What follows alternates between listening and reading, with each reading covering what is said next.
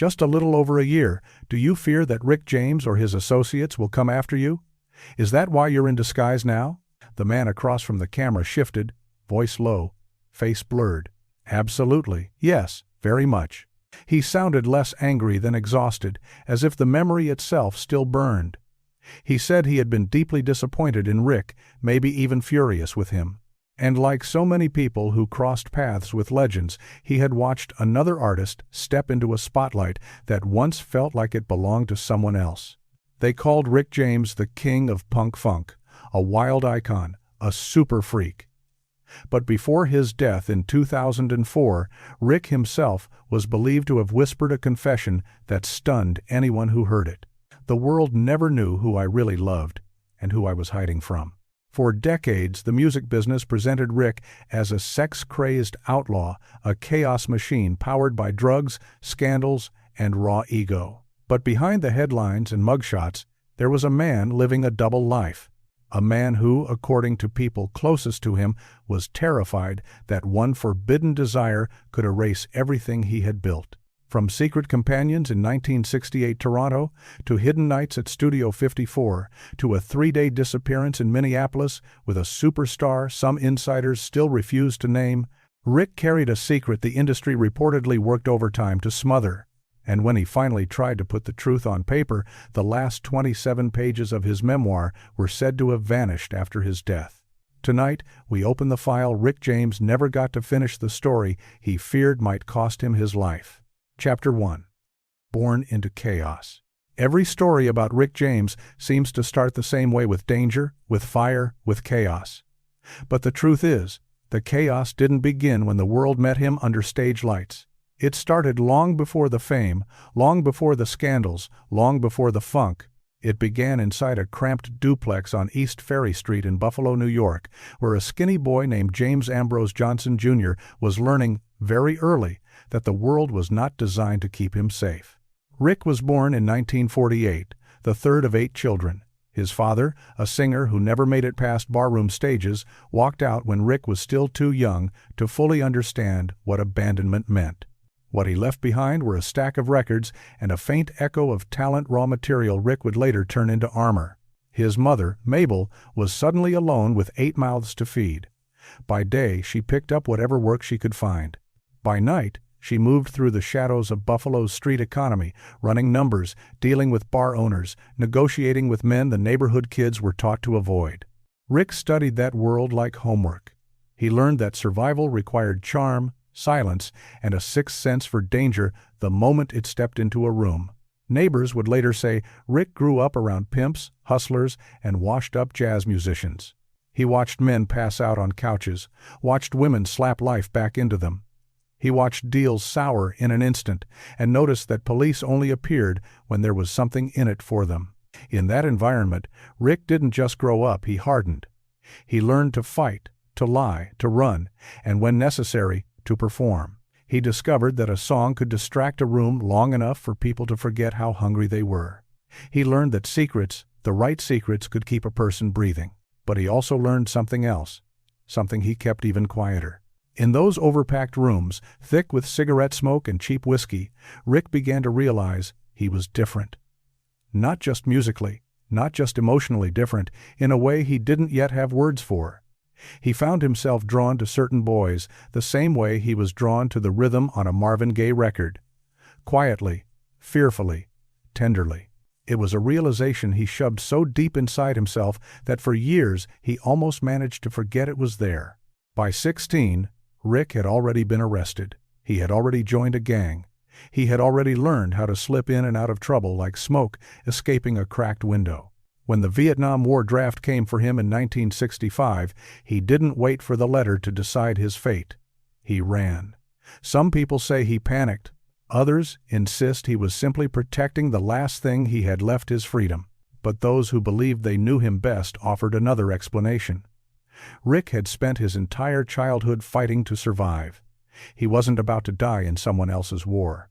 He crossed into Canada, and for the first time, the noise of Buffalo faded into something like silence.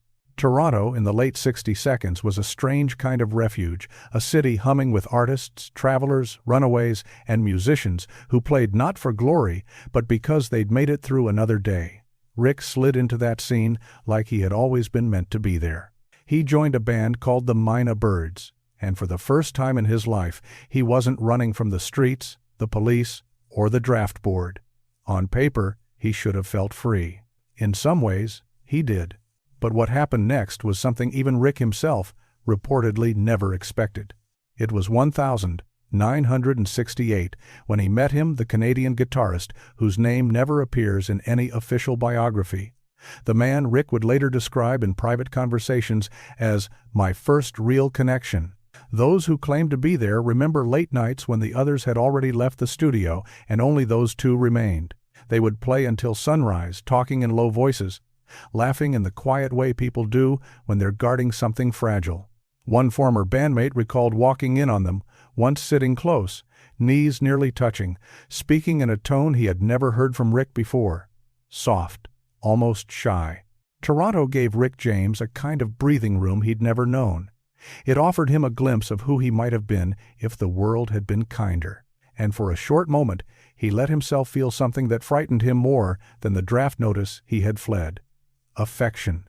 Real affection. The kind that doesn't need to be performed. The kind that doesn't hide behind swagger or bravado. But secrets like that don't stay safe forever. Whatever label Rick would have dared to put on that relationship if he ever would have remained unspoken, a rumor that lived only in rehearsal rooms and studio hallways. A truth held by a handful of musicians who understood exactly how dangerous it could be if anyone with power found out. Because the music industry of the 1960 seconds operated with rules carved in stone. You could be an addict, you could be a criminal. You could be a womanizer, a walking disaster, a headline waiting to happen, but you could not be a black man who loved men. That, insiders say, was unforgivable. Rick understood this faster than most. He saw what happened to artists who didn't match the image the labels wanted to sell. He listened to executives talk casually about cleaning up a star's public persona. He watched entire careers shrink not because of a lack of talent, but because of identity, and he understood that if his secret ever slipped into the open, there would be no second chance. Not for him, not for anyone like him. So he buried it. Deep. Deep enough that he hoped it might suffocate. To keep it hidden, he began to transform. He built the persona swaggering, loud, unapologetically sexual Rick James. He flirted with every woman in sight, boasted about conquests, drowned himself in bravado. It was a mask made of glitter and fire, a disguise so convincing that even he started to lean into believing it. But masks, no matter how carefully constructed, always crack. And his would fracture in ways nobody around him could have predicted. By 1974, Rick was back in the United States, hungry for fame, hungry for success, hungry for a life where he didn't have to keep running. But he didn't come back alone. He brought something with him from Toronto. Not just sharpened talent, not just ambition. He carried a truth he would spend the rest of his life trying to silence. That the first person he ever truly loved was a man. And in an industry that punished that kind of truth more brutally than any addiction, that single secret would cast a long shadow over everything Rick James became. By the time 1977 rolled around, Rick James had clawed his way out of nearly every trap life had thrown at him. Jail time, street hustling, nights without a bed, threats of deportation. He had walked through all of it and was still standing. But nothing he had survived up to that point prepared him for what came next. Fame. Real fame. The kind that fills a room before you even open the door. On the 18th of March 1977, Rick stepped into Motown Studios on Grand River Avenue in Detroit for his first official meeting. People who said they were there remember him striding in wearing a heavy fur coat, boots pulled up to his knees, and a grin that dared anyone to underestimate him. Berry Gordy, the man whose instincts had built an empire, was not just impressed according to later accounts, he was intrigued. Motown needed something explosive. Rick looked like gasoline with a match in his hand. But behind the oversized sunglasses, the booming laugh, the loud bravado, something else was shifting. Something Rick thought he had buried back in Toronto. something he never expected to follow him into the center of the machine. It started quietly in April 1977 during the recording of You and I. The sessions ran late, the studio thick with heat from the old tube amps. Sometime around 2 a.m., an engineer stepped out of the control room for a smoke break. When he came back, he caught a moment he later said he never forgot. Rick was standing close, too close to the band's keyboardist, a tall, reserved musician from Detroit with a calm voice and gentle eyes. The two men were speaking softly, heads tilted toward each other in a way that suggested they were sharing more than just chords and notes. The engineer didn't say anything. He didn't have to. Within days, according to studio whispers, the story had made its way down the halls. By the summer of 1977, Motown had heard it. In June, Rick was reportedly called into a side office, dim lights, blinds half closed, the air stale with cigarette smoke, where a senior Motown executive laid it out without decoration. "Keep your personal life out of this building. You're a star now. Act like one." Rick walked out smiling, the same cocky swagger in his step. But witnesses later claimed that the moment he hit the empty hallway, his jaw tightened so hard it looked like his teeth might crack. He knew exactly what the warning meant. He had heard this kind of message before, Toronto all over again. Then came Studio 54. By late 1978, Rick's career had erupted. Mary Jane climbed the charts, and suddenly he wasn't just another artist, he was the face of groove, funk, rebellion. When he arrived at Studio 54 on the 10th of December 1978, the doorman didn't bother with the list. He simply pulled the rope aside, the way you would for royalty. Inside, under the gold-tinted haze, with disco pounding through the walls and cocaine dust hanging in the air like glitter, Rick let his guard down. Here, at least on the surface, nobody cared who you loved. Not publicly, not officially. It was there, in a shadowed corner of the VIP balcony, that Rick met Luis, a two-year-old dancer from Puerto Rico, with silk-smooth hair and a smile that, as one friend later put it, hit you like electricity. For weeks, the two were nearly inseparable. They danced until sunrise, slipped out of the club with arms locked, rode in taxis without bothering to roll up the windows. They acted, for a brief moment, like the world wasn't watching. And then came the moment that proved it was. On the 28th of December, 1978, at 3:12 a.m., a photographer snapped them, stepping out of Rick's limousine laughing, bodies pressed close, the kind of photo that doesn't need a caption. The next morning, that image was reportedly scheduled to run in After Dark magazine. It never appeared. According to later allegations, Motown bought the entire strip of negatives and paid the photographer to disappear for 3 months. Rick pretended like it was nothing, but people near him said they noticed a change almost immediately. He paced during rehearsals. He scanned rooms before walking in. He checked mirrors twice, sometimes 3 times. Fame wasn't setting him free. It was tightening around his throat. Still, Rick wanted something real. Some form of connection that wasn't a performance. That hunger followed him into August 1980 and onto the stage of the Chicago Theater. Backstage that night was chaos makeup dust floating in the air, instrument cases slamming shut, dancers yelling over managers. But Rick's focus narrowed to one person, Marcus, a rising funk vocalist with a voice built for the spotlight and a smile bright enough to match it. Their chemistry on stage sparked instantly.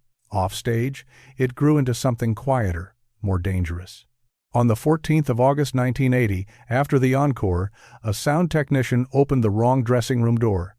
Inside, he said he saw Rick and Marcus kissing. Not sloppy, not reckless, soft, deliberate. Like the rest of the world had dropped away. The technician froze. Rick didn't. He stepped forward, eyes blazing, and whispered, "This stays here. You never saw this."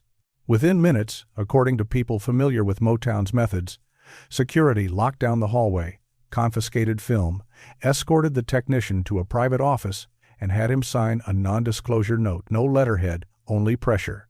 That night, Rick skipped the after-party. Instead, he stayed in his hotel room, staring out at the city lights, chain-smoking in silence. The danger was no longer theoretical. Someone had seen him. Someone had proof. And as his star rose higher, the risk grew with it. When Super Freak hit the airwaves in July 1981, Rick became unstoppable, a storm in leather and lace, a walking spectacle of attitude and appetite. To the world, he was a hypersexual, uncontrollable force who boasted about hundreds of women. The mask was flawless, too flawless. But behind the performance, friends later claimed he was coming apart. One of his closest confidants recalled a night in early 1982 inches, a rented house in Laurel Canyon. Rick had just finished a show, buzzing too hard to sleep.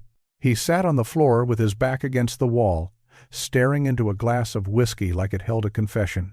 Then he said something that friend never forgot. "I sleep with women to hide, man. I sleep with men to feel. That's the part I can't let them know." His voice reportedly cracked on the word feel. The room went quiet. The friend said nothing. There were no safe answers. Rick wiped his face, then added, "Motown will bury me alive if this comes out." He wasn't exaggerating. Motown had already buried smaller secrets. They could bury him, too. By the time 1982 drew to a close, Rick understood something devastating. The brighter the spotlight on him, the deeper his truth had to be buried. He wasn't just becoming a superstar, he was becoming a prisoner of his own image. The stage lights were blinding, the crowds deafening, the fame intoxicating. But none of it could silence the truth Rick kept trying to bury, a truth that refused to stay dead, a truth that, according to those who watched his life unravel, would soon be turned against him in ways he never imagined. By the start of 1983, Rick James was standing at the very peak of his fame. Yet, it was said, he had never felt more exposed. His entire existence had become a tightrope. One life for the cameras, another for the shadows balanced over a drop he knew could destroy him. Years of hiding were beginning to tremble under the combined weight of desire, memory, and the terrifying possibility that somewhere, someone held proof of the man he really was. Everything changed one late night in January 1983 at the Beverly Hills Hotel. Rick had just come back from a long recording session at the record plant, nerves still humming from hours of pushing himself in the studio. The hallway outside his suite was unusually still, no laughter, no footsteps, just dim golden sconces casting long, unsettling shadows along the carpet. As he approached his door, he noticed them. Two men, waiting, strangers, clean suits, blank faces, the kind of rigid calm that usually comes with power. One of them held a slim white envelope. The other stepped forward and, without a single greeting, lifted a photograph. The image, according to people who later heard Rick describe it, showed him in a Minneapolis studio caught in a private moment with a young male singer. They were sitting close, bodies angled toward one another, foreheads almost touching, in an intimacy that could not be written off as casual. Rick's smile disappeared. The taller man spoke in a flat, controlled voice. 25,000. No press. Rick didn't argue. He didn't ask where the photo had come from. He didn't demand proof of what else they might have. He paid quickly, with shaking hands. Not because he believed he was guilty of anything immoral, but because he knew how fast an image like that could be weaponized. He knew what Motown could do to him if that picture ever hit the tabloids. That night, according to one close friend, Rick locked himself in the bathroom and stared into the mirror for a long time, wondering how many more images, how many more secrets were waiting in the dark to surface. The fear didn't leave. It followed him. It trailed him all the way into the summer of 1984, when he flew into Minneapolis without advance notice. Purple rain had reshaped the city, turning it into Prince's kingdom.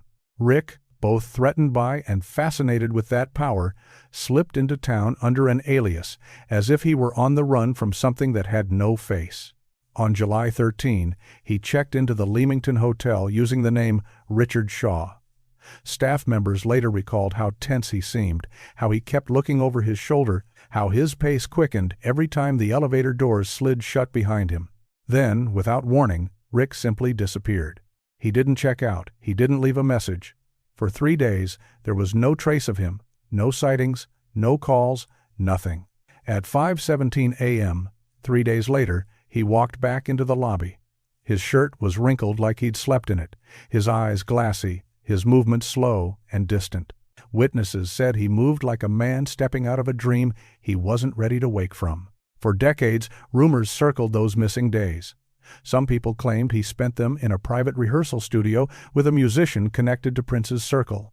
Others insisted it was a lover, someone Rick cared about deeply, someone he could only be himself with behind locked doors and soundproofed walls.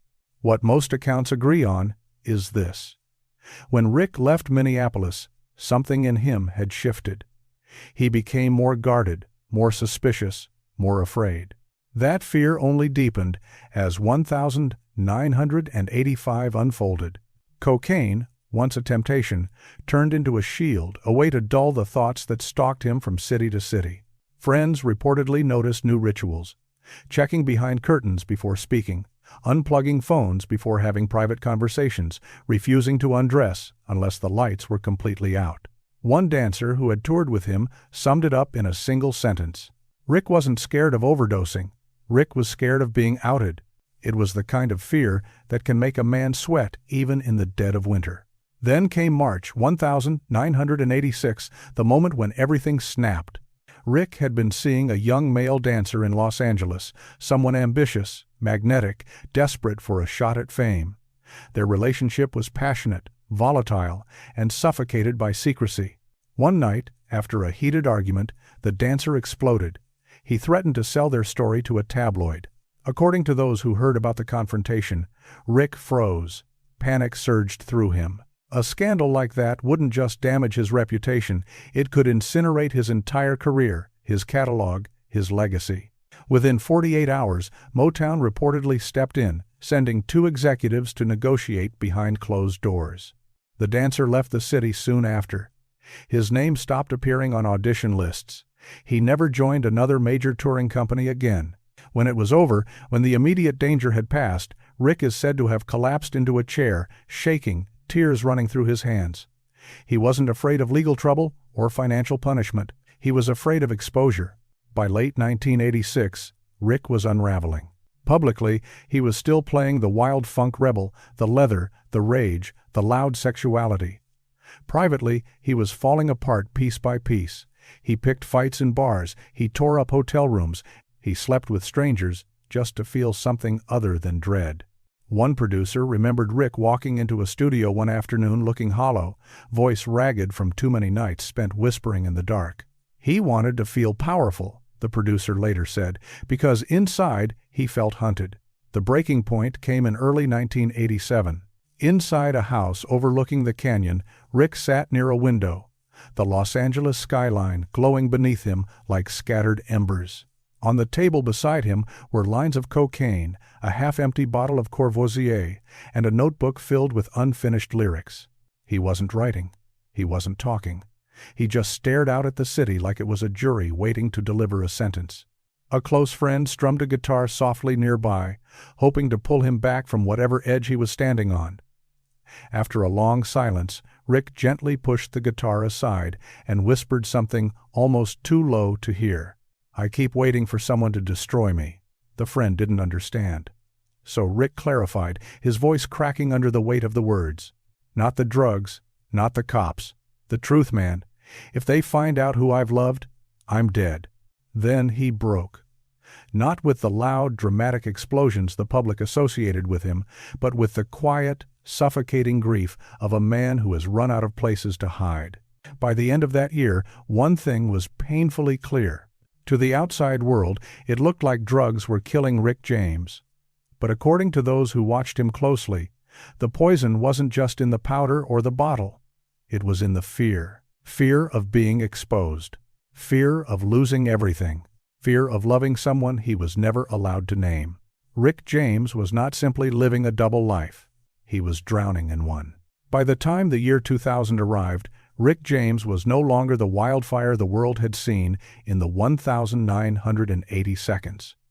Prison time, age, heart problems, and decades of buried secrets had worn him down. His voice had grown rougher, his walk slower, and his eyes, once sharp with rebellion, now carried a heavy, quiet fatigue. But underneath that exhaustion, something new was taking shape. A different kind of urgency. A desire, some people said, to finally stop running from the truth. It began on a cold night in February 2000, high in the Hollywood Hills. Rick had rented a small recording space, a private studio tucked along Laurel Canyon, the kind of place where the air smelled like old carpet, solder, and warmed-up tube amps. The console hummed softly, the room dim, except for a few tired lamps. Only one other person was there with him, a junior sound engineer named Thomas Kelly. As Thomas set up microphones and checked cables, Rick sat alone in the corner with a small handheld recorder, turning it over in his hands as if he wasn't sure whether to trust it. Then, without warning, he pressed the red button. His voice came out low, strained. "I fell in love with a man in Minneapolis," he began, "and I never recovered." Thomas froze mid-step, barely daring to breathe. Rick didn't look at him. He kept talking as if the room had emptied out. He spoke, according to Thomas's later account, about a night in July 1984, how the city lights bounced off the rehearsal studio mirrors, how the music felt secondary to the presence of one person in the room, how he had felt seen for the first time, really seen, by someone who understood the pain hidden under all the swagger and noise. Then Rick said something almost too quiet to catch.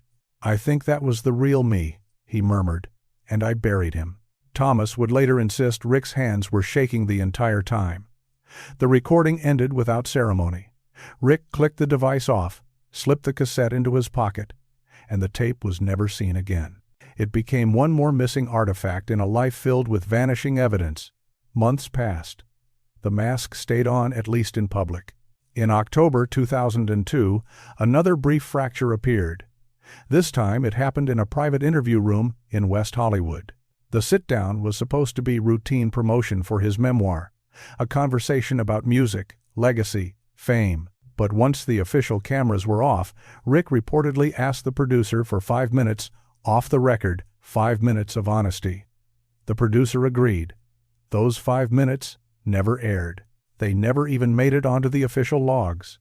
Rick leaned forward, elbows on his knees, voice lowering to a whisper. "The industry knew my secret," he said, "and they used it." He claimed that every time he tried to push back, to walk away, someone would flash a photograph, mention a name, remind him that he was always being watched. According to the producer, Rick's eyes looked haunted in that moment, like a man who had spent years replaying the same nightmare in his head. By May 2003, Rick had shifted to another method of confession. He began recording personal stories into a kind of private audio journal using tapes he kept locked away. No pages to tear out, no ink to smudge, just his voice, preserved in plastic.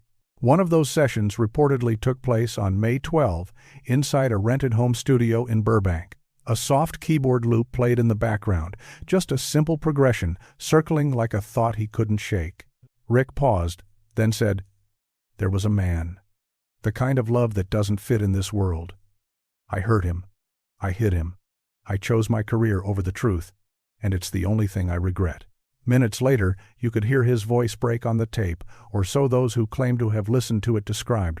He cried openly, not the explosive, dramatic breakdowns the public might imagine, but a small, shaking sob, the sound of a man crushed under the weight of his own silence.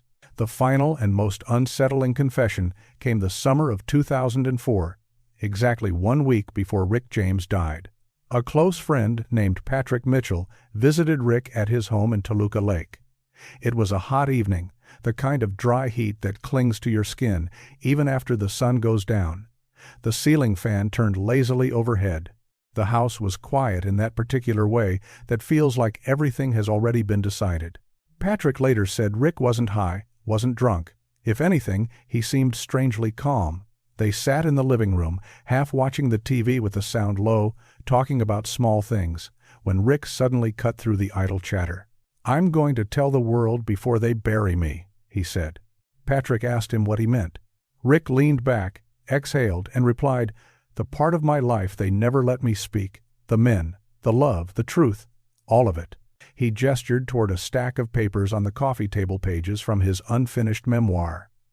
Patrick picked them up, flipping through the mess of handwriting and typed paragraphs.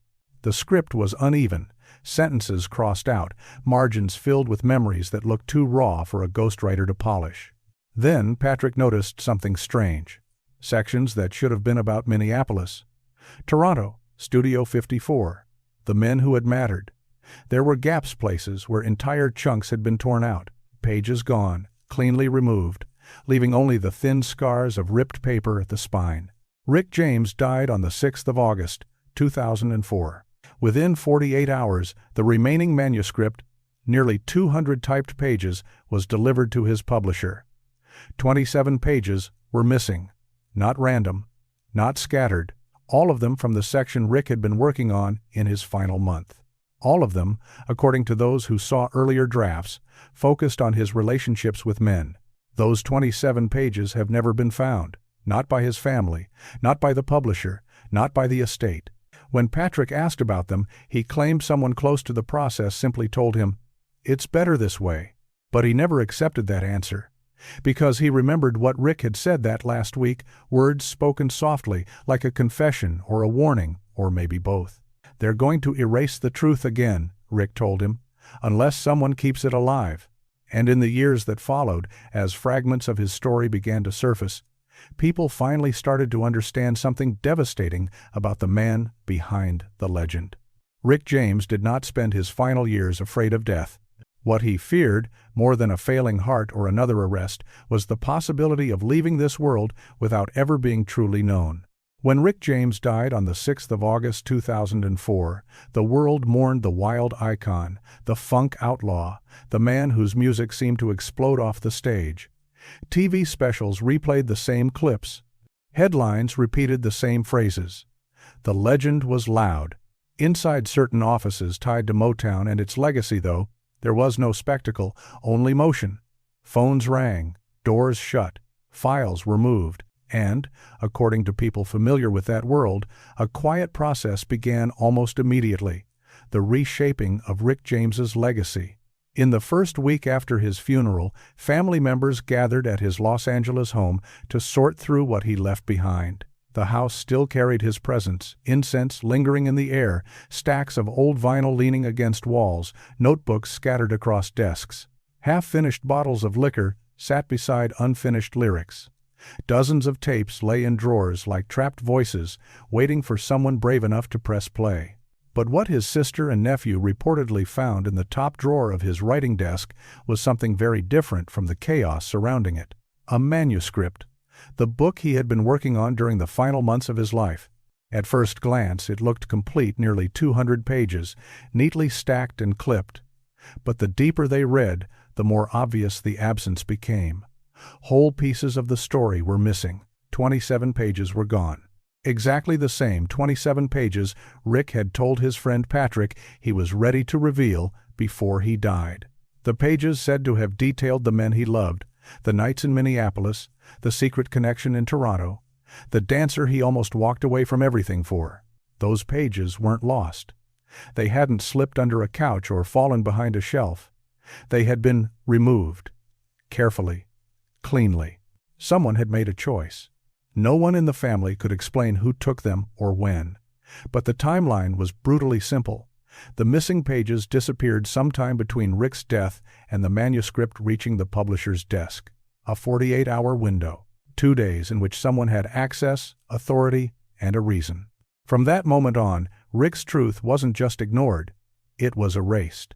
A year later, in late 2005, a Detroit tabloid quietly prepared to run a small article about Rick's sexuality, reportedly based on a leaked early draft from the memoir. The story never hit the presses. Editors later admitted, under the shield of anonymity, that they had been contacted by representatives with serious legal influence who strongly advised them to reconsider. They didn't argue. They pulled the piece. The story wasn't killed in the room. It was smothered before the ink could dry. For years, the silence held. Thick, heavy. It felt less like respect and more like a warning. Then, in 2011, a crack appeared. A dancer who had once toured with Rick reached out to an independent filmmaker working on a documentary about 1,980 seconds R&B. The dancer insisted on anonymity and agreed to meet only in a shadowed corner of a downtown Detroit cafe. His hands reportedly shook as he spoke, not from shame, but from the sheer weight of what he had carried in silence. Rick loved men, he said. Everybody in the industry knew. They just made sure the public never would. He described the same pattern others had hinted at quietly for years: warning calls from label offices, hush money, photographers paid to destroy negatives, security guards trained not just to protect Rick, but to separate him from anyone who might expose him. He wasn't allowed to be human, the dancer said softly. He was only allowed to be the wild version of himself, the version they could sell. The filmmaker recorded the conversation, planning to use it as one of the documentary's most revealing segments. Then, an email arrived from a concerned legal liaison, advising him to omit the interview for the integrity of the narrative. The subtext was clear. He complied. The footage stayed unseen. The silence, once again, held. But silence doesn't last forever. In 2015, long after most of the old Motown power brokers had retired, a former senior executive agreed to an off-the-record interview for a book about 1,970 seconds, 80 seconds, funk culture. The meeting was never meant to be documented. No recorder. No official transcript. Just memory.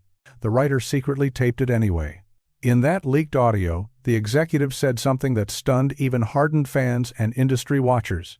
Rick wasn't the only one, he admitted. But he was the one they had to silence. When the writer asked why, the executive hesitated, then answered with a weary sigh, because he was too big, too loud, too black, and if he came out, the whole system would have cracked. It was the closest the public had ever come to anything resembling an admission not about Rick's private life itself, but about the deliberate effort to bury it. And still, the full picture didn't emerge until years later. In 2023, a box of old Motown-related financial documents reportedly surfaced from a storage unit in Glendale, California. At first, the papers looked routine tour budgets, travel receipts, promotional breakdowns, ordinary corporate history. Then someone opened a thinner folder with a simple label, PR Contingencies, Category Red, 1,980, 1,984. Inside were invoices and payment requests issued to tabloid writers, club photographers, and freelance journalists. Several of the payments were marked Story Containment and referenced Rick James by his initials. One document, dated the 11th of June 1982, authorized a $4,800 payment to a New York photographer for purchase and destruction of images. Another memo referenced active rumors of inappropriate male associations. Suppress immediately. The most chilling item was a typed directive from late 1981. It didn't mention Rick by name. It didn't have to. Protect the brand. Protect the catalog. Personal matters must not endanger commercial viability. A clean corporate way of saying erase who he is, save what he sells. As the leaked documents circulated online, fans reacted with shock, anger, disbelief. But those who knew how the industry had always operated were less surprised. Because Rick James's life had always been a collision between two forces: the man he actually was, and the man he was required to pretend to be. According to these accounts, the industry didn't move to silence Rick because his truth was scandalous. They silenced him because it was dangerous to the image, to the contracts, to the machine that profited from his voice while denying his full humanity. The truth of a black man loving another man in an era that offered no forgiveness for it. Rick James died believing the world would never truly know him. And in many ways, that fear was justified. So now, what are we left with? We are left with fragments, missing pages, sealed interviews, financial payouts labeled in cold, distant language. We are left with whispered testimonies, with stories that circle back to the same conclusion. Every time he moved toward honesty, the system moved faster. We are left with a man who lived at full volume on stage, but in a suffocating whisper off stage. A man whose greatest terror was not prison, not overdose, not even death itself. It was love. The wrong kind of love. In the wrong era. In the wrong skin. Rick James was not destroyed solely by drugs, fame, or ego. According to those who watched him closely, he was broken by a world that told him the deepest truth inside him was unacceptable, and that any attempt to speak it would cost him everything. And as we close this chapter, one question rises above all the others like a verdict the industry never wanted to hear. If Rick James, one of the loudest, boldest, most unapologetic artists of his generation, had to hide his heart to survive, then how many others were forced into the same silence? How many stories were rewritten? How many files were buried? How many pages were torn out before anyone got the chance to read them? This was not just a scandal, this was a tragedy.